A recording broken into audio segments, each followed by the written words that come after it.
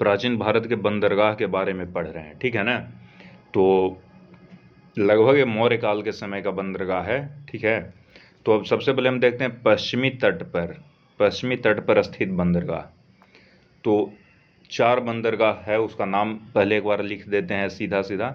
बारबैरिकम, भृगु कच्छ यानी भड़ौच, सोपारा, सेमिल्ला।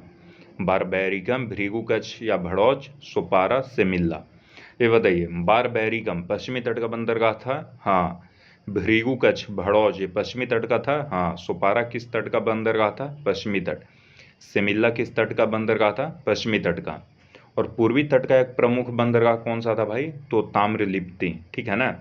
और जो बारबैरिकम था यह कहाँ का बंदरगाह था? पश्चिमी तट पर कहाँ का बंदरगाह था? ये सिंध का बंदरगाह था।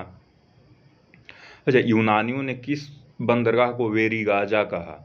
तो यूनानियों ने भृगु कच्छ यानी कि भड़ौच के बंदरगाह को ही बेरीगाजा कहा। सोपारा बंदरगाह का प्राचीन नाम क्या था? तो सोपोरा बंदरगाह का प्राचीन नाम सुरपारक था। और एक सेमिल्ला बंदरगाह था, ठीक है। तो पूर्वी तट का प्रमुख बंदरगाह कौन था? ताम्रलिप्ति। ताम्रलिप्ति किस तट का बंदरगाह था? पूर्वी तट का।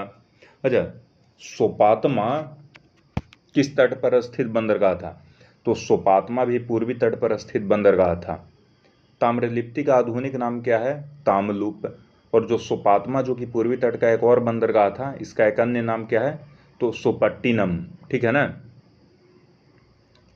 मौर्य काल में दूर पश्चिम में किसके साथ व्यापार एवं वाणिज्य का विकास हुआ? मौर्य काल में पश्चिम में किसके साथ व्यापार और वाणिज्य का विकास हुआ?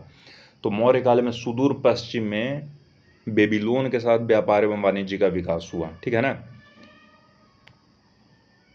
अच्छा, निर्याकस किसके साथ भारत आया था? तो निर्याकस सिकंदर के साथ भारत आया था।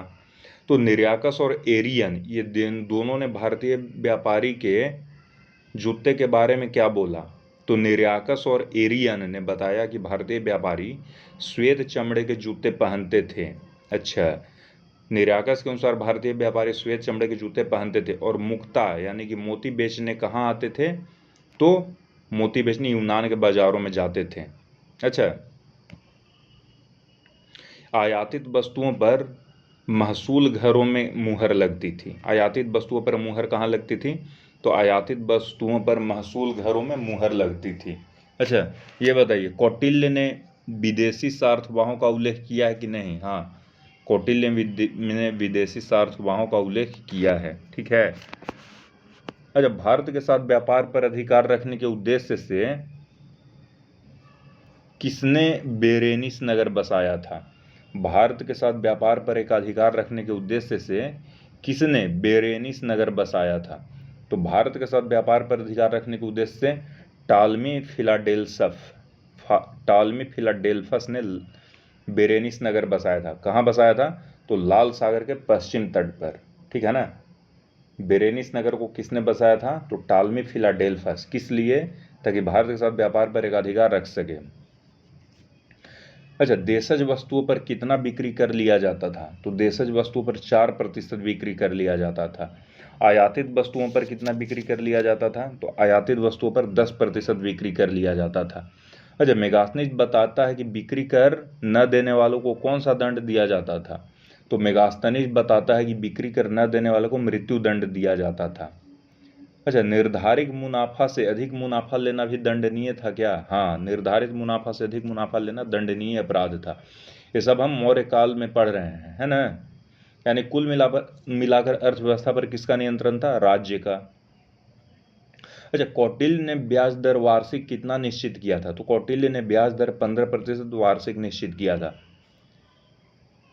अच्छा, क्या कौटिल्य ने जातीय आधार पर ब्याज दर का उल्लेख किया है? नहीं। महत्वपूर्ण यह है कि कौटिल्य ने जातीय आधार पर ब्याज दर का उल्लेख नहीं किया है। अच्छा, तो जातीय आधार पर ब्याज दरों का उल्लेख कौन करते थे भाई? तो धर्म सूत्रकारों और स्मृतिकारों ने जातीय आधार पर ब्याज दर का उल्लेख किया था, है ना। व्यापार एवं वाणिज्य में राज्य भी हिस्सा लेता था। हाँ, व्यापार और वाणिज्य में राज्य स्वयं भी हिस्सा लेता था और स्वतंत्र रूप से निर्यात भी करता था। अच्छा, कुछ चीज़ों पर राज्य का एकाधिकार था, इसमें कौन कौन सा चीज़ है? जैसे कि जंगल पर, खान पर, शराब पर, जहाज रानी पर, हथियार पर, नमक पर, इन सब पर राज्य का एकाधिकार था। जंगल पर एकाधिकार था, हाँ। खानों पर, हाँ। जहाज रानी पर, हाँ। शराब पर, हाँ। हथियार पर, हाँ। नमक पर, हाँ। एरियन बताता है कि अधिकतर शिल्पकार एवं दस्तकार सरकार को कर देते थे, ठीक है ना। अपवाद शस्त्र एवं जहाज बनाने वाले थे, है ना। अच्छा, एरियन के अनुसार सब लोग, सरकार, सारे शिल्पकार और दस्तकार सरकार को कर देते थे, लेकिन दो लोग कर नहीं देते थे। कौन थे? तो शस्त्र बनाने वाले और जहाज बनाने वाले, ये शिल्पकार सरकार को कर नहीं देते थे। अच्छा, और ये ऐसा किसके अनुसार है? तो ऐसा एरियन के अनुसार है। इनको सरकार क्या देती थी? वेतन देती थी। व्यापार का सर्वोच्च अधिकारी कौन था मौर्य काल में? तो व्यापार का सर्वोच्च अधिकारी पन्याध्यक्ष था, ठीक है ना। अच्छा, व्यापारियों एवं जहाज़ों का बीमा कहाँ होता था? तो नवाध्यक्ष के कार्यालय में व्यापारियों एवं जहाज़ों का बीमा होता था। व्यापार का सर्वोच्च अधिकारी कौन था? पन्याध्यक्ष, ठीक है ना।